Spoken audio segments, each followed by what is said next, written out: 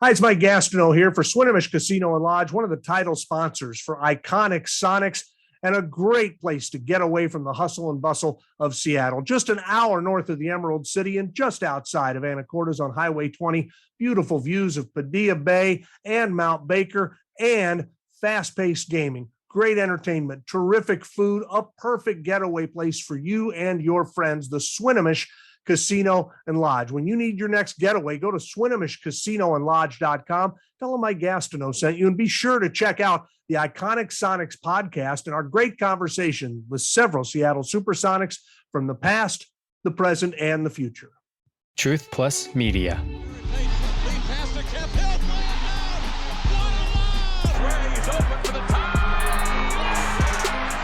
Payton with the steal and puts it down.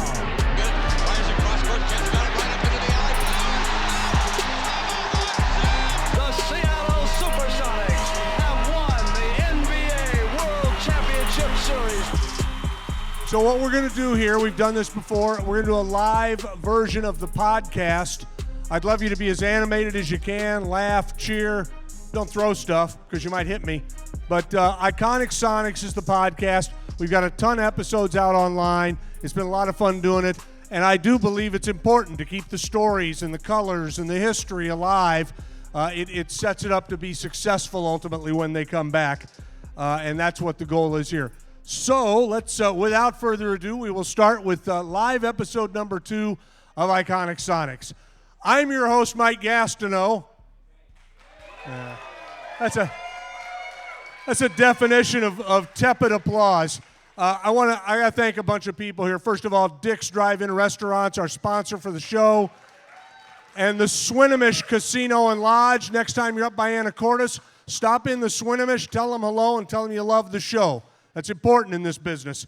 Also, for this event, Rise Above, Truth Plus Media, Simply Seattle, who's done a great job with all the great old Sonics gear, the Edgewater Hotel, and Link by Super Pedestrian. You saw them out there.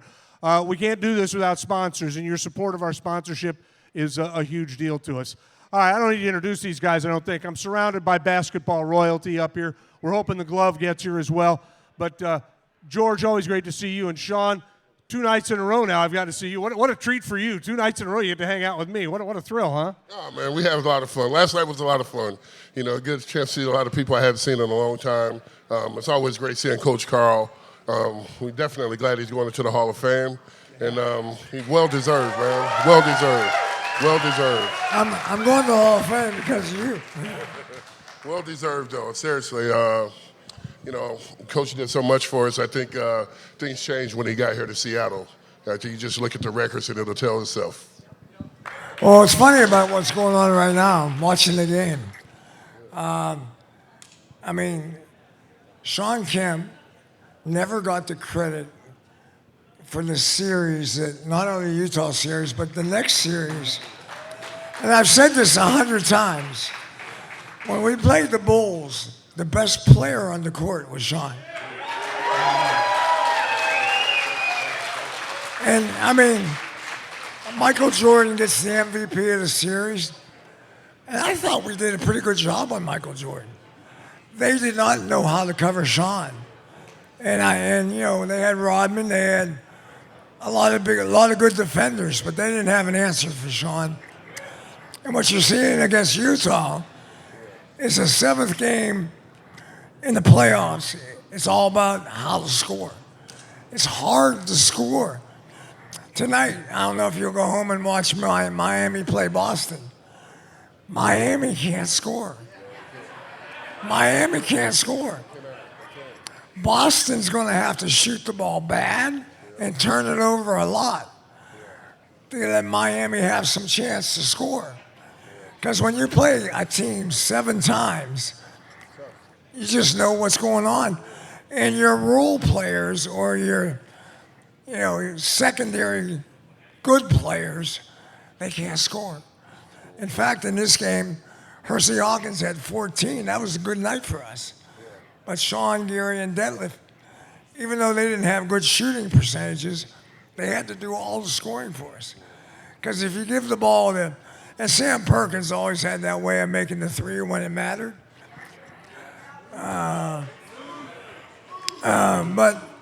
I'm watching the game I watched a little bit of this game last night and watching it now. I think if you go, I don't know when the Boston game starts, it's probably on right now. But Boston's going to win because Miami can't score. Yeah, absolutely. I agree with Coach. You got to be able to score buckets, and I think it's about the team that can score the buckets in the paint.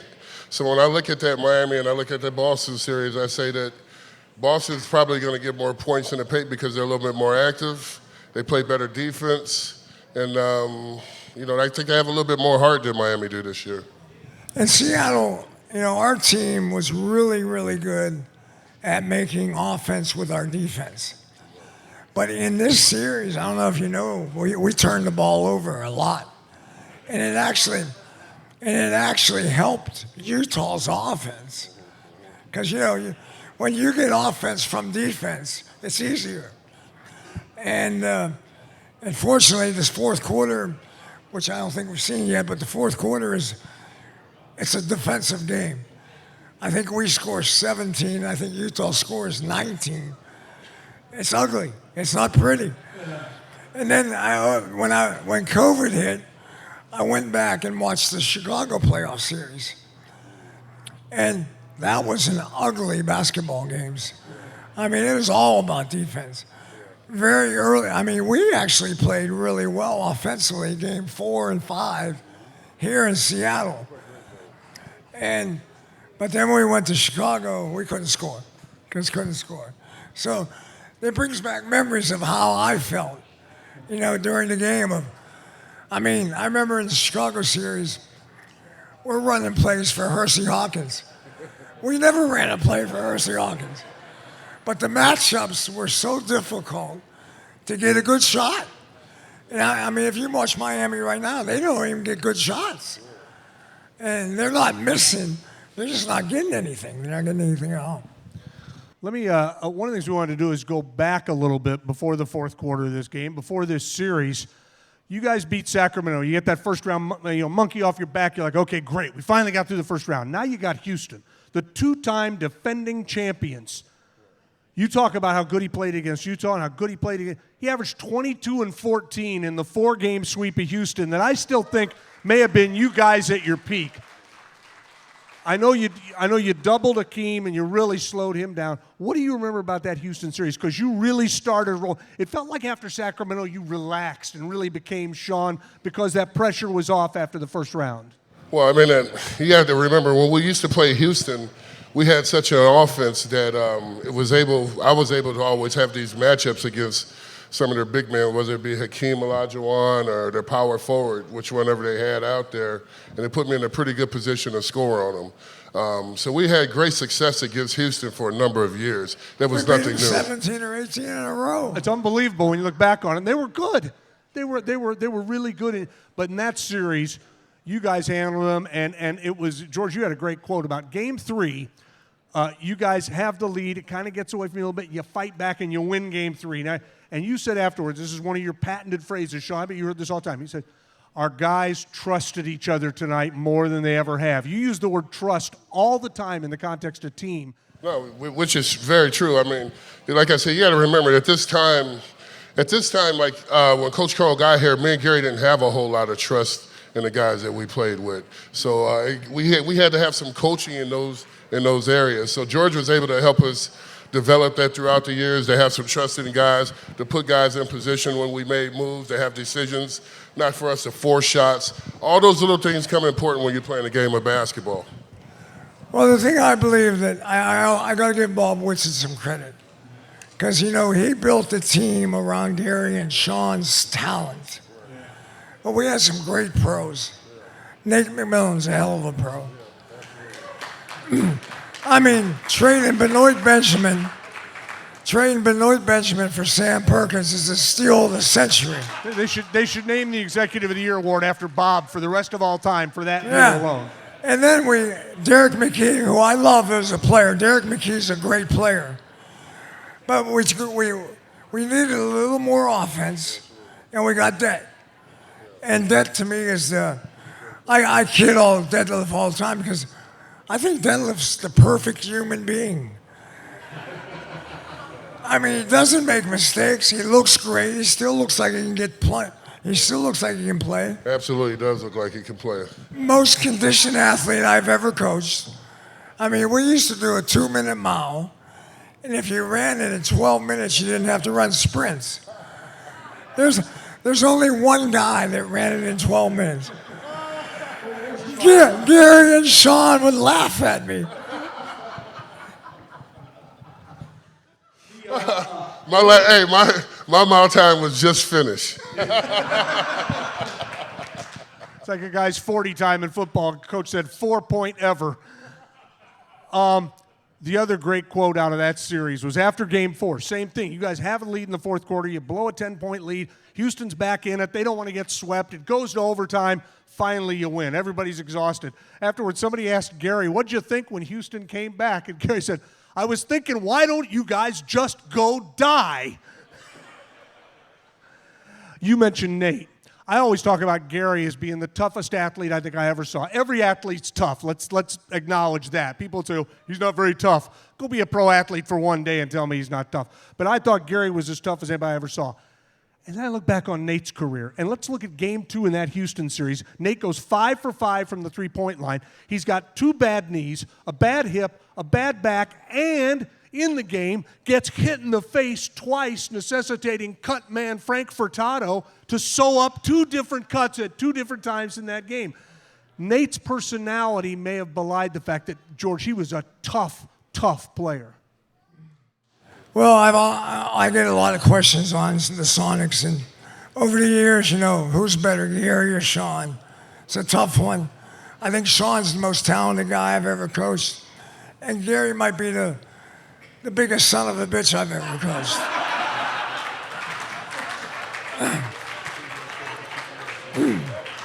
And to be honest with you, I mean, I've already said this to the Hall of Fame people. This guy should be in the Hall of Fame.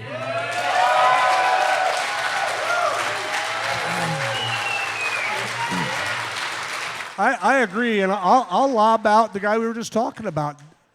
Detlef Schrempf has a career so similar to Edgar Martinez's when you start looking at his numbers compared to other people in basketball. And I've said that. I've said Detlef. And he was the first Euro, wasn't he? Was there anybody ahead of Det who had big star in the NBA? I think he should get some credit for that. You had Draws and Petrovic that had some all-star years. Right, sure, yeah. I mean, Det was a great player. I mean, before Det came to Seattle, he was giving us 40.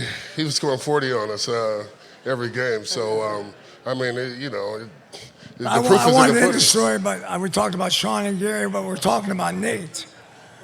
Gary and Shawn were the talent and the skill and the soul. I mean, the athleticism of our team. But Nate was the guy that held us together. Nate was the soul of our team in a lot of ways. You said he was tough physically. Nate McMillan, the reason I think he's a really good coach is mentally. He's really, really tough, really mentally tough. All right, so you get through Houston. It's a sweep. I remember your locker room after that game 4 was just joyous. And, you guys as a franchise, with the struggles and stuff, there hadn't been a lot of joy all the time. There was joy in that locker room. You took the 2-time defending champs and you kicked their asses. Now, here comes Utah. Here comes the mailman. Here comes Eaton, all these big guys. Do you remember the first half of game 1 of that series? Do you remember what you did? I'm not sure what I did that game, but I can tell you this. Going against Utah back then was our biggest hurdle, I think. Not just mentally, physically, but mentally. These guys were so smart. They had the 2 good players as we had the 2 good players. They were fundamentally sound. You guys don't know this, but me and Gary was studying John Stockton and Karl Malone for a long time. Yeah, we were studying what they did on that pick and roll. We were studying their chemistry for a long time. Okay.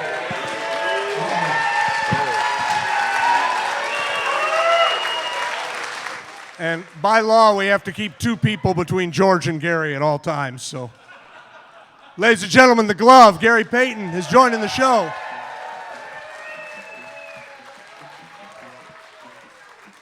We'll let him settle in. We'll take a short break and then continue with round 2 of Iconic Sonics. Hi, everybody. It's Mike Gastineau, and welcome to another great episode of Iconic Sonics. Today's episode is a rewatchable of the Sonics' Game 7 victory against the Utah Jazz during the 1996 Western Conference Finals. This is one of the biggest games in Sonics basketball history. It holds a special place in the hearts of all Seattle Hoops fans, no doubt about that. And especially for the fans lucky enough to experience it, it's a day you'll never forget. This conversation includes the coach, the Hall of Famer, George Karl, the Rain Man, Shawn Kemp, the glove, Gary Payton, and the voice of the Sonics, Kevin Calabro. The episode was recorded in front of hundreds of Sonics fans on May 27th at the Dick's Drive-In in Queen Anne, just minutes from Key Arena, where the original game was played over 25 years ago. The Iconic Sonics podcast has been airing for a couple of years now, includes fantastic in-depth conversations with several Sonics legends, including Nate McMillan, Hersey Hawkins, Spencer Haywood, Lenny Wilkins, many more. We've also been joined by sports and NBA guests, including Kenny Mayne, Mark Spears, and others. Iconic Sonics is produced by George Karl's media company, Truth Plus Media. You can find more details and all the episodes at iconicsonics.com, and all the episodes also can be found anywhere you get your media, Apple, Spotify, and YouTube. This special episode of Iconic Sonics was brought to you by Dick's Drive-In, Simply Seattle, and Rise Above, as well as Swinomish Casino and Lodge, the Edgewater Hotel, Link, and the Run Freely Foundation. Thanks to all of them for making the event on the 27th and this broadcast of Iconic Sonics possible. All right, part 2 of Iconic Sonics, our live show at Dick's Drive-In Restaurants in Queen Anne. Say hello to your friends and neighbors, everybody. Huh? And Gary has joined us. Gary, I said earlier, this is unprecedented in American sports history. This team hasn't played a game in 14 years. Look at all the people that are here. And it's unbelievable to me. Well, I always told them Seattle was the greatest fans ever. Anyway, they never should have never lost our team. We should have never lost our team in 2007. We just had bad ownership at the time. But it happens, you know what I'm saying? But we're trying to make it happen right now, and I think it's going to be all good. Oh, no, I'm going to come right at his head. He was terrible. He's horrible. I don't care about him. It's going to be up to you because he's going to get by me in a second. We were talking before you arrived. First half of the Utah series, game 1, you took 9 shots. Do you know how many you made? 9. You guys went on a 35-8 run. You beat Utah by 30 points in the first, or 20 points in the first game, and you've just come off this huge sweep of Houston. It's like, man, are they going to lose again? What do you think about when you think back on that Utah series? And I mean, for both of you guys, you had the mailman and all the big guys. You had Stockton and all the issues that he could create. You're going into this. You're coming off that great win over Houston. I'm assuming you were pretty confident. We were. You remember, we had won 64 games, and Chicago had won 72. So we were very confident, and we were playing good defense. I think the biggest thing was for us is that Nate was hurt. I don't think if Nate would have been hurt, we'd have did a little bit more. I think we could have won it. You know, when George decided not to put me on Michael in that thing because I was hurt. Oh, thanks, Gary. I can't say nothing. He the boss. You know what I'm saying? I'm just trying to work it. You know what I'm saying? But Nate would have been able to neutralize Jordan at the time, and then I can get on him again. But we were really confident. I mean, George had us playing at a high level. He gave us all the rain that we needed to do, and we just was playing. We just played basketball. And during that series, I get it. The first couple of games, I had John under control. He really got loose on the 6th and the 7th game. But, you know, Shawn was the one who was the key for us. He's the one who won that series for us against Utah. He played very well, exceptionally well. I didn't play well in game 6 or 7 to me. I really didn't. And, you know, George stuck with us. That was what George was about. You know, he might have been an asshole, but it's cool. You know what I'm saying? He's an ass, but, you know, we was an ass with him. But, you know, he used to always bring us into the office. I used to cuss him out, he used to cuss me back, and we'd drink a beer and get drunk, and then it was over.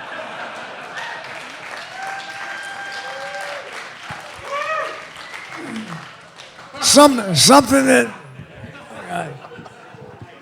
Just like a father and son relationship. you know what's Gary and I had our battles. There's no question. But I want to tell a story that not many people know. I don't even know if Gary knows that I know. You know, for years, you know, I've been wondering if I was going to make the Hall of Fame. And when I got the call, I had no idea why I made it this year and haven't made it in the past years. So I started calling some guys in the league, and I said, you know, why this year? What was different? And about 4 guys have told me that man, Gary Payton, stood up for me.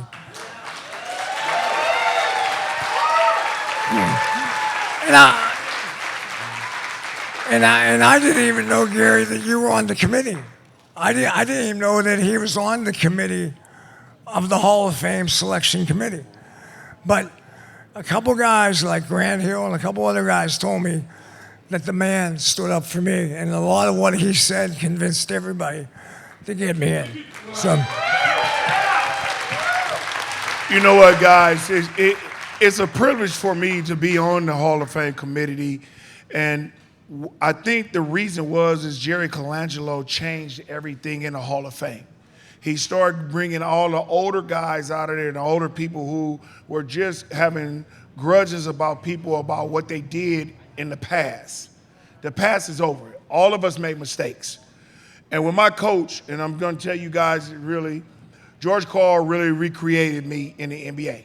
You guys know me and Shawn, I was struggling for 2 years, Shawn was struggling for 3 years, and when they brought George in, he put us in a situation where he made us do what we had to do. We had to go and work.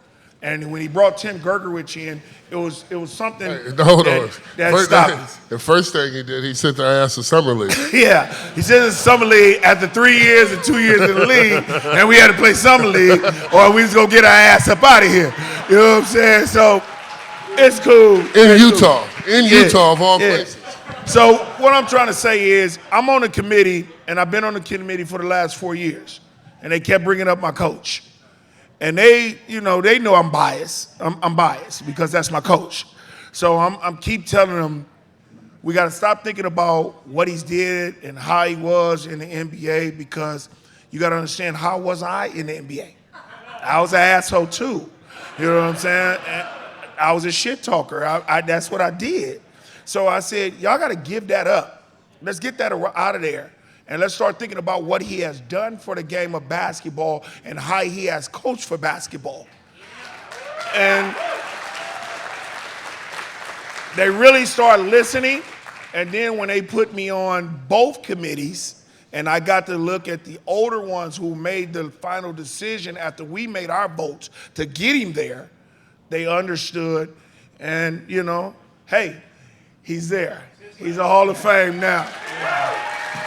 And what's going to be a pleasure for me is he asked me to be his presenter, and I'm going to be on the stage with him while he's doing that speech, and it's going to be a hell of a thing. I've told this story so often, but I don't think I've ever told it to you two, and I'm interested in your reaction, getting back to your relationship with the boss over here. George and talk radio hosts didn't always get along either. And he and I would scrap, and I'd go, George, why are you so irascible? And he'd go, what you don't understand, Gas, is every day of my life starts with a 30-minute argument with Gary about something. Every day. That's in the coaches meeting. I had an argument with Bob Kloppenberg every day too. But you know what?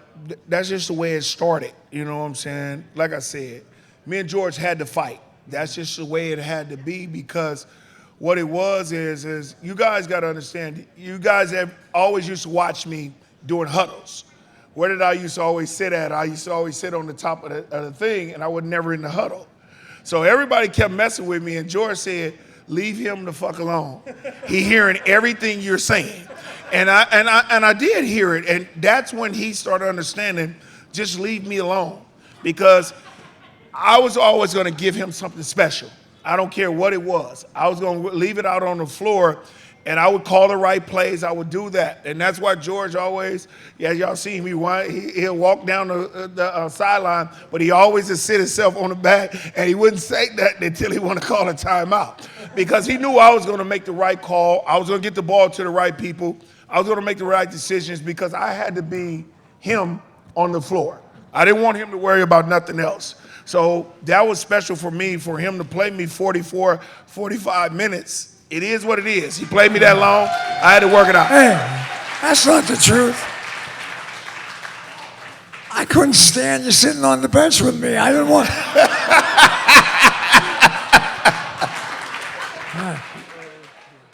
Hey, we were talking earlier with some of the people when they got here, George, and you mentioned it. I brought it up as well, and I'd like all you guys to talk about this. We're in the middle of watching Game 7 of the Utah series. Everybody's enjoying it. The momentum of the series had shifted. You know, Game 5, you guys win a real close Game 4, and you're up 3-1. Stockton misses a 3 at the buzzer, and you guys are up 3-1. Next game, you guys are down 3. You miss a 3 right at the end. Now it's 3-2. Okay, we go back to Utah, and they just run you. They beat you by 35 points. They're coming back, and I remember saying on my radio show, I said, man, this team needs the town Sunday. They need everybody to be loud. And this town showed up that day. That arena was nuts. All you, Gary, starting with you and all of you, just your memories of the atmosphere in that building that day for what was an incredibly tense 2.5 hours. You remember we opened up Key Arena that year, and it was really, really something. You know, and when I always said Seattle was like a hometown for us because all the fans were right on us, and it would be right there. And it always kept us with that good feeling because we knew if we came to you guys, we were going to get a win because y'all was like it's a 12th man here, y'all was our 6th man. So y'all always had it right for us, and we knew if we got y'all in our corner, we was going to win basketball games. We just had to come out and perform. There's one thing I always got pissed off a little bit when I watched Seattle Seahawks play football, and they have the 12th man. We had the 6th man before they ever had the 12th man. You hit some huge free throws in this series. Karl Malone struggled a bit from the foul line. If you remember, the fans were yelling, counting him down. They were in his head the whole series, a little bit on the free throw line. Did they get in his head, do you think? Did that Definitely, without a doubt. Without a doubt. This is a hard arena to play in. I mean, as you saw through the years, as Gary said, the fans are right on top of you. So these guys, they hated coming to the Seattle Coliseum to play, man. They hated coming there. Hate it. Just remember, we had 2 seasons where we won 39 of 41 and 38 of 41. I mean, that's in the top 10 in the NBA right now. I mean, it's just that you don't just dominate like that, like we dominated on the home court. And you guys don't understand what Coach's saying. When you win 41 games at home and you only lose 2 and 3 games, man, that's hard. People don't want to come here. You know what I'm saying? They wouldn't want to come here, and we was always known for beating people at home. You know, we would go like 38-3, 39-2. You know what I'm saying? We used to win all our home games. And that's what we lived for because when you came in here, we knew you guys was going to give it to them, and we was going to give it to them too. I got to tell one last story, maybe we'll go on, about Gary and I. You know, Gary drove me crazy. There's no question about it. And I remember having a conversation with Tim Gergerich and Nate McMillan. And we're talking about Gary, and I said, come on, Nate, I can't put up with him anymore, man. He's driving me fucking crazy. And Nate says to Gerg and I, Coach, Gary's a lot like you. And I said, no way. And Gerg and Nate, for like 5 minutes, explains how Gary and I are very similar. I used to tell him that shit all the time. I used to say that shit all the time. Tell the same thing? I used to tell him that shit all. I still do. I mean, tell you. Always. I mean, you got to understand. So I thought Coach was bad. He thought I was bad, but we're just the same. That's why we got along together and had a relationship, and he didn't mess with me on the floor. When it was time for me to practice, he would always say, let me tell you something. I understand I'm playing you 40-something minutes, 44, 45 minutes. All you got to do is come in for 30 minutes and look like you're a leader and show the players that you're a leader, and then go on ahead and take your jacuzzi and take all that stuff and go sit down. I was about to say, what practice? Yeah, well, hey, y'all get that Allen Iverson. I didn't practice. I ain't gonna even lie to y'all. I ain't gonna sit here and lie. I didn't practice. I gave it to him. I told Coach, I said, Coach, you're gonna either have me at 11 or 7. He chose 7, and you see how that worked out. We won a lot of games, Iconic Sonics is proudly supported by Swinomish Casino and Lodge, and they're proud partners with Iconic Sonics. They're located on beautiful Padilla Bay, just north of Seattle. Casino, lodge, dining, entertainment, and more. Swinomish Casino and Lodge provides a perfect getaway for relaxation. A full-service entertainment destination, including a 98-room luxury lodge, multi-purpose event center, and casino, open daily from 8 a.m. to 2 a.m. with a great mix of slot machines and Las Vegas-style table games. And for the food connoisseur, check out the 13 Moons Dining Experience, one of the finest in the area, a beautiful restaurant with cuisine designed to enhance the flavors of the Northwest. Swinomish Casino and Lodge, check out the best casino in the area with the most outstanding customer service, offering a luxuriant, state-of-the-art experience while maintaining and upholding the cultural identity of the Swinomish tribe. Swinomish Casino and Lodge. Find out more at SwinomishCasinoandLodge.com. That's SwinomishCasinoandLodge.com. Gambling problem? Call 1-800-522-4700. Iconic Sonics is fed by Dick's Drive-In Restaurants. What can I tell you about Dick's food that you don't already know? Probably nothing. They're a Seattle legend for serving great burgers, great fries, great shakes. What I can tell you that you might not know is Dick's also has a cool t-shirt now that salutes the 95-96 NBA Finals Sonics team. Take a look at the Sonics t-shirts available through Dick's at Dick's Drive-Ins, their Twitter feed at Dick's Drive-Ins. You'll see the photos. You'll buy the shirt. You'll be happy. Thanks to Dick's Drive-In Restaurants for the support on Iconic Sonics. And our nonprofit sponsor on Iconic Sonics is the Run Freely Foundation, a 501c3 organization founded by our friend Kenny Main, who raises money to help financially support veterans who need limb salvage, medical care, and rehabilitation. Years ago, Kenny suffered a catastrophic ankle injury, and after years of pain, he found relief with treatment in 2017 that got him both walking and running again pain-free.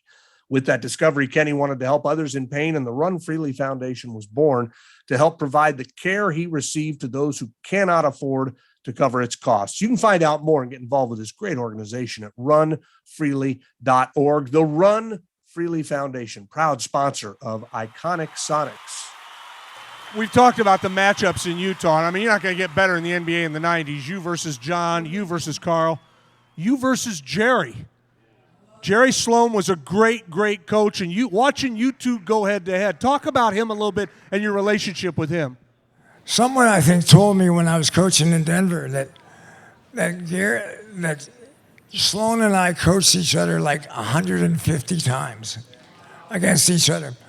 And our record is like 74 and 72. I mean, there's not much difference. I mean, not only, and Jerry Sloan was a little bit of a competitive asshole. Their team was borderline dirty. John Stockton was not a choir boy. Karl Malone, no one could ever, I mean, how they let him have elbows and asshole all over the court all the time. But, I mean, that's why we enjoyed that. I mean, I think, they give me some credit to help them grow up. Playing against Stockton Malone helped them grow up, too. Right. I think I remember seeing once, maybe I'm making this up, that you and Stockton didn't talk a whole lot. You were known as a talker, and you loved getting in other people's, but that you and John didn't as much, or did you? Did you talk to John much? Never. I didn't talk to him. I talk to him more now than I did in basketball. You didn't yak at him on the floor, right? Basketball, I didn't care too much for him. You know what I'm saying? It wasn't like that. He wasn't my friend. I didn't really care for him. You know, I care for him a lot now. We're very close. You know what I'm saying? It's just guys in basketball now. I'm only dealing with him and John Stockton. That's the only two I deal with. You know, and it was the thing that he taught me a lot. I think in 1996, me and Shawn overcame our fears, and that was them too. And when we took over them and beat them, I think we knew we could beat them every time, and that was what it was. You know, he didn't talk. He was the only guy that I could not get into his head. I just couldn't get into his head. I used to talk to everybody and they react, but he wouldn't react. So it was good for me to learn that as the years went on, to play against him so long and so many years, and it just taught me how to play a different basketball game.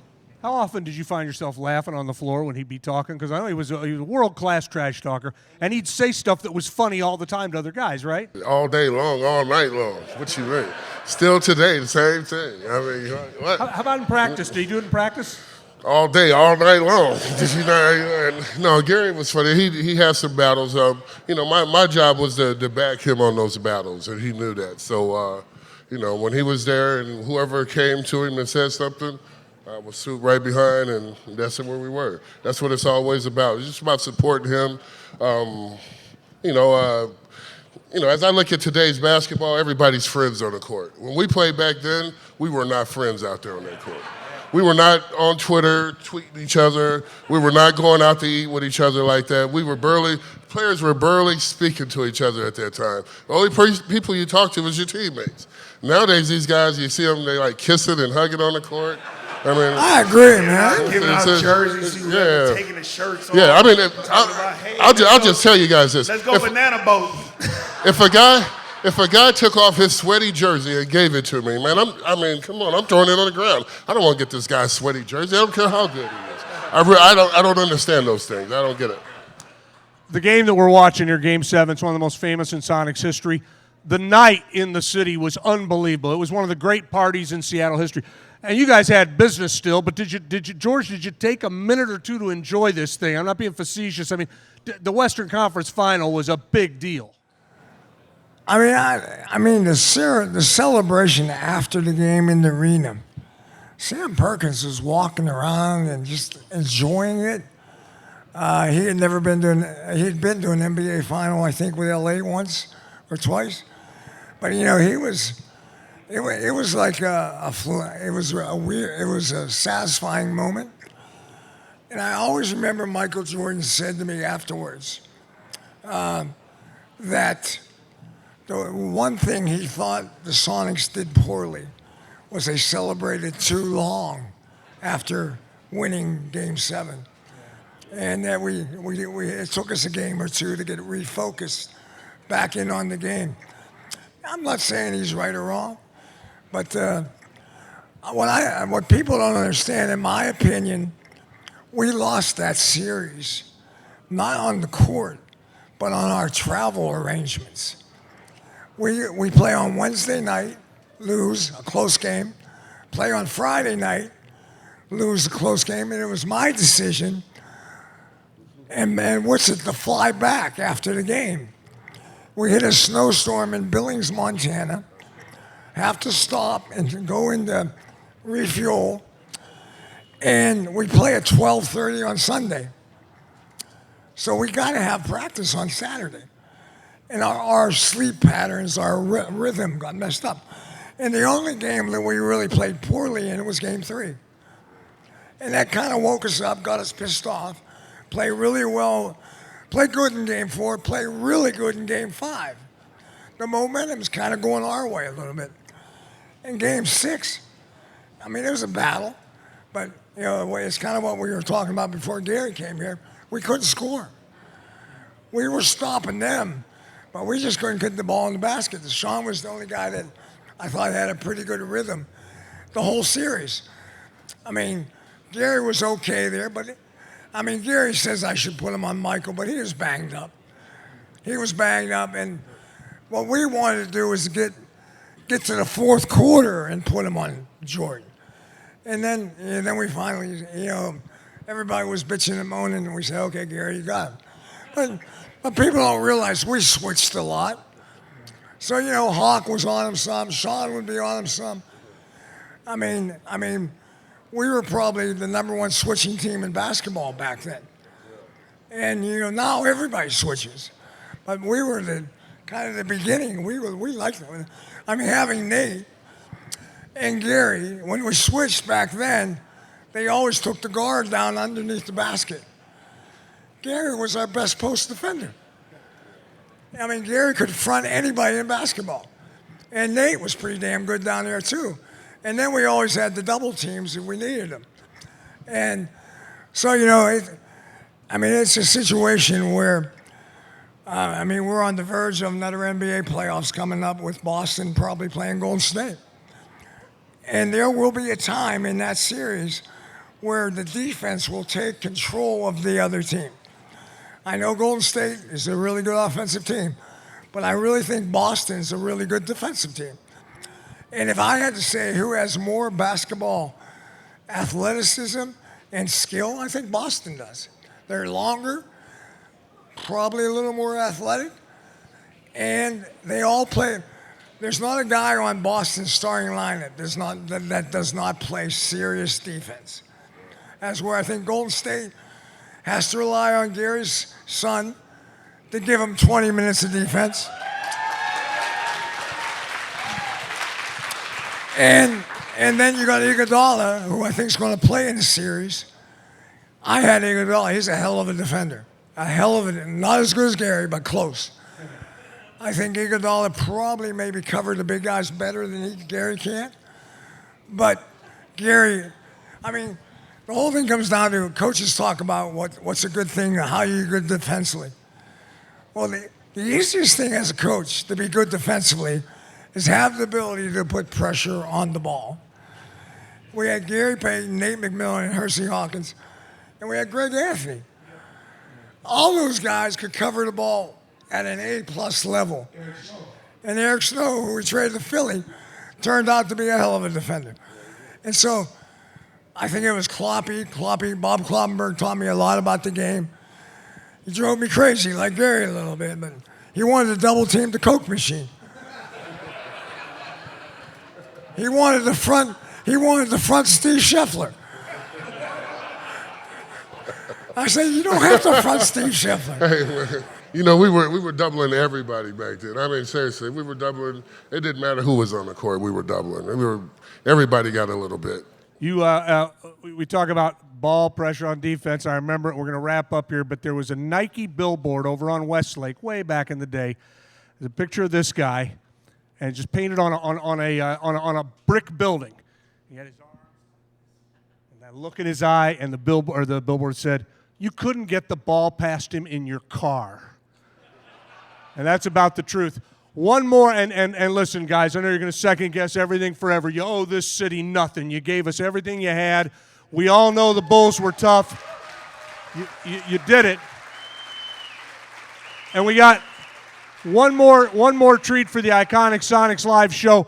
It's so seldom I get to do this, but if there's anybody in the room who looks like the guy on my sweatshirt, could you please come up to the stage? If there's anybody here, ladies and gentlemen, the voice of the Sonics, Kevin Calabro. The glove in the house. What's up, baby? What's up, Mike? The Rain Man, of course. Good to see you, sir. Mr. R, pardon me. George, good to see you. Thank you, man. Hey, I don't know, has anybody congratulated Mike Gastineau on, he and Graz got the award last night at the Seattle Sports Banquet. Did you hear about that? It was in all the newspapers. 14 years of magnificent service on KJR radio with Graz, and they were given that award, the Royal Brome Media Award last night. Congratulations to Gas. We are truly in the company of greatness. George is, of course, going to the Hall of Fame. You knew about that, of course. Gary has already set up a place for him in the Hall of Fame. And I've been covering the NBA since I was 21 years old with the Indiana Pacers as an old PA guy. I've never seen a power forward with the skills, the agility, the sheer excitement that this guy had, the love and passion for the game. that Shawn Kemp had. There's never been anybody like this guy, the kind of skill set that he had. That's the kind of greatness right now you're in the presence of. I was sent up here to do something, and I've lost track of what's going on. But I just wanted to get all that said, because, I mean, for them to up here and relate their experiences of 26 years ago now, is just phenomenal. It really is. You know, let me jump into, because we're giving accolades here. Yes. Maybe my favorite line of all time about that horrible time when the team left. This guy, I think we all remember, he walked away from a very good job because they wanted him to go to Oklahoma City. And he led, in my mind, legendary quote that should be carved into a wall somewhere up here. "I'm not going there. I'm a Seattle guy," is what he said. Oh, thank you. And he put his money where his mouth was because suddenly he didn't have a job. Yeah, well, you know, at the time, Sue and I, my wife Sue's back here. Give it up for Sue. There she is. She's put up with this craziness for so many years. My oldest son, Anthony, his wife, Stephanie, and my granddaughter, Lenny, as in Lenny Wilkins. That's a long story. One of our good friends, Rick Turner, you've known, former Sonic employee. Give it up for Rick, too. He needs some love. Everybody needs love. And thanks to all of you fans. Is this the point where we do a toast? Or it is, Mikey? All right. Mike, I'm overriding you right now. I'm overriding your MC-ship. And I want everybody to raise a glass of whatever you're drinking. If you don't have anything like me, then just pretend. Maybe it's a dick shake or something of that nature. A toast for our latest, greatest Hall of Famer right here, George Karl, the coach.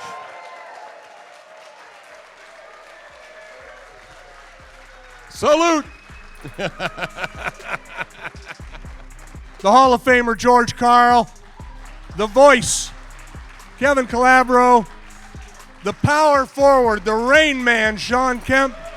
And the defender, the glove, Gary Payton. I'm Mike Gastineau. Thanks for listening to Iconic Sonics.